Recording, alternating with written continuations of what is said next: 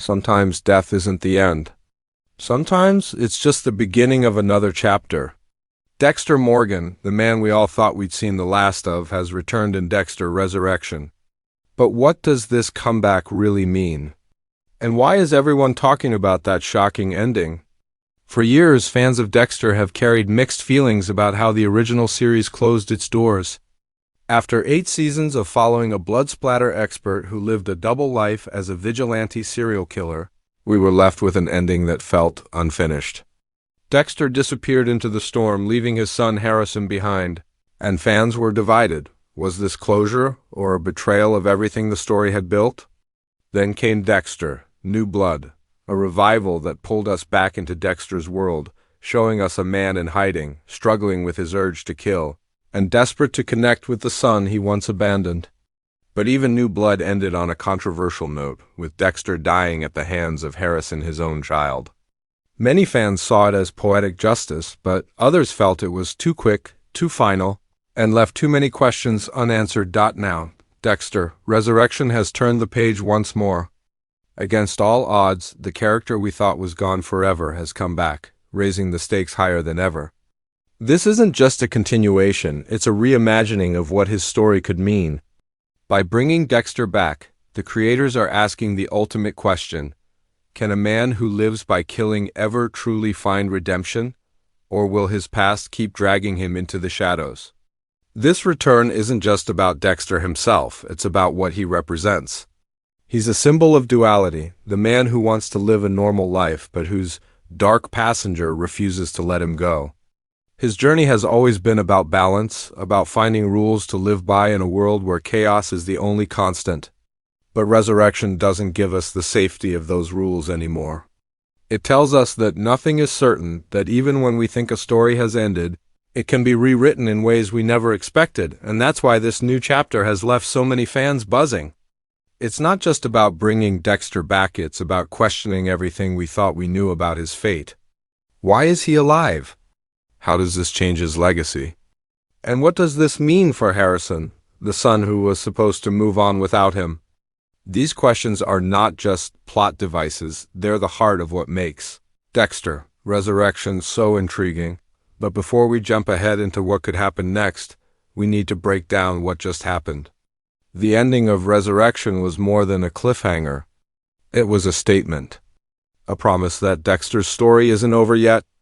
And to truly understand what comes next, we have to look at how the show set up this stunning return. The final moments of Dexter Resurrection did not simply close a chapter, they ripped open an entirely new one. The ending pulled us into a storm of revelations, twists, and unanswered questions, leaving fans stunned and eager for more. But what exactly happened, and why is this ending so important? Let's break it down. The finale begins with Dexter cornered. Every lie, every kill, every shadow of his past finally came crashing down on him. For years, Dexter lived by his code, his father, Harry's strict set of rules that allowed him to channel his darkness toward those who deserved it. But in Resurrection, that code was tested like never before. Instead of feeling like a controlled hunter, Dexter appeared vulnerable, almost human. And that vulnerability set the stage for the shocking final act. The biggest twist, of course, was the reveal. Dexter didn't die in New Blood the way we thought he did. Harrison's shot, the supposed end of Dexter's story, was not the conclusion but a misdirection. The finale revealed that Dexter survived barely and had been living in secret once again. This revelation changed everything we believed about his death. It wasn't the end of a cycle. It was the rebirth of a darker, more dangerous chapter, but the real weight of the ending wasn't just in Dexter's survival. It was in what his return means for his son, Harrison. The show deliberately mirrored the dynamic between Dexter and his own father, Harry. Just as Harry once guided Dexter, Dexter now haunts Harrison, whether physically or psychologically.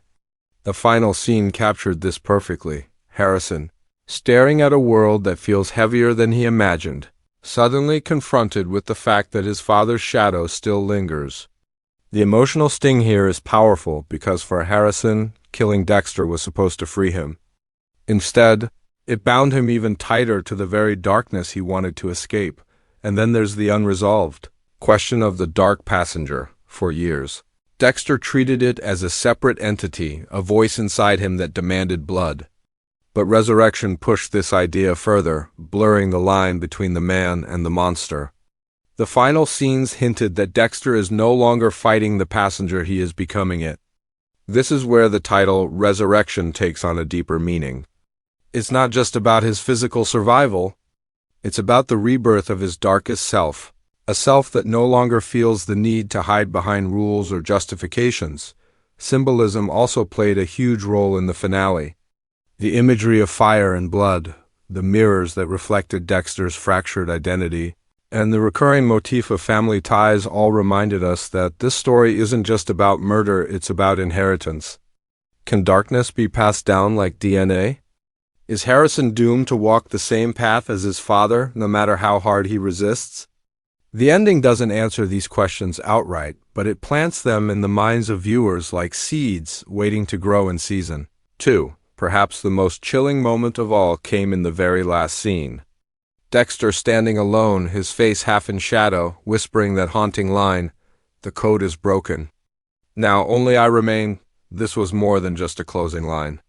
It was a declaration. Dexter is no longer bound by the rules that once made him sympathetic. He is raw, unleashed, and terrifying in a way we've never seen before. So, what does this mean for the ending overall? It tells us that Dexter's survival is not a gift, but a curse. It means that everything he once tried to control is slipping further out of reach.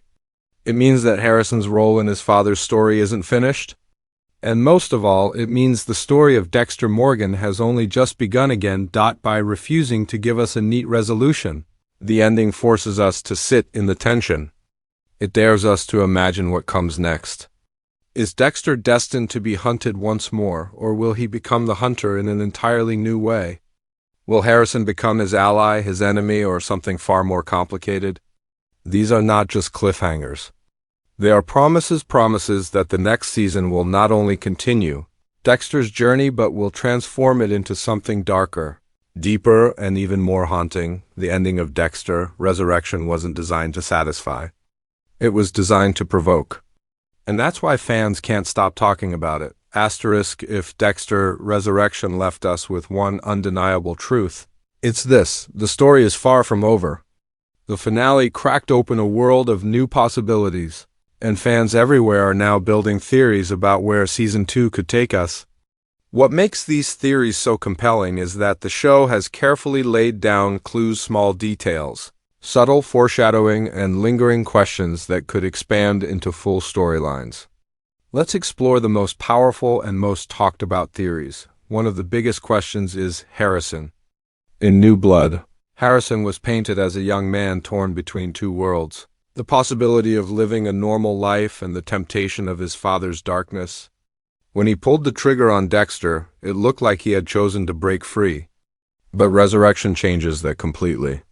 If Dexter is still alive, then Harrison's attempt at ending the cycle didn't work. Instead, he's tied even closer to the legacy he wanted to escape.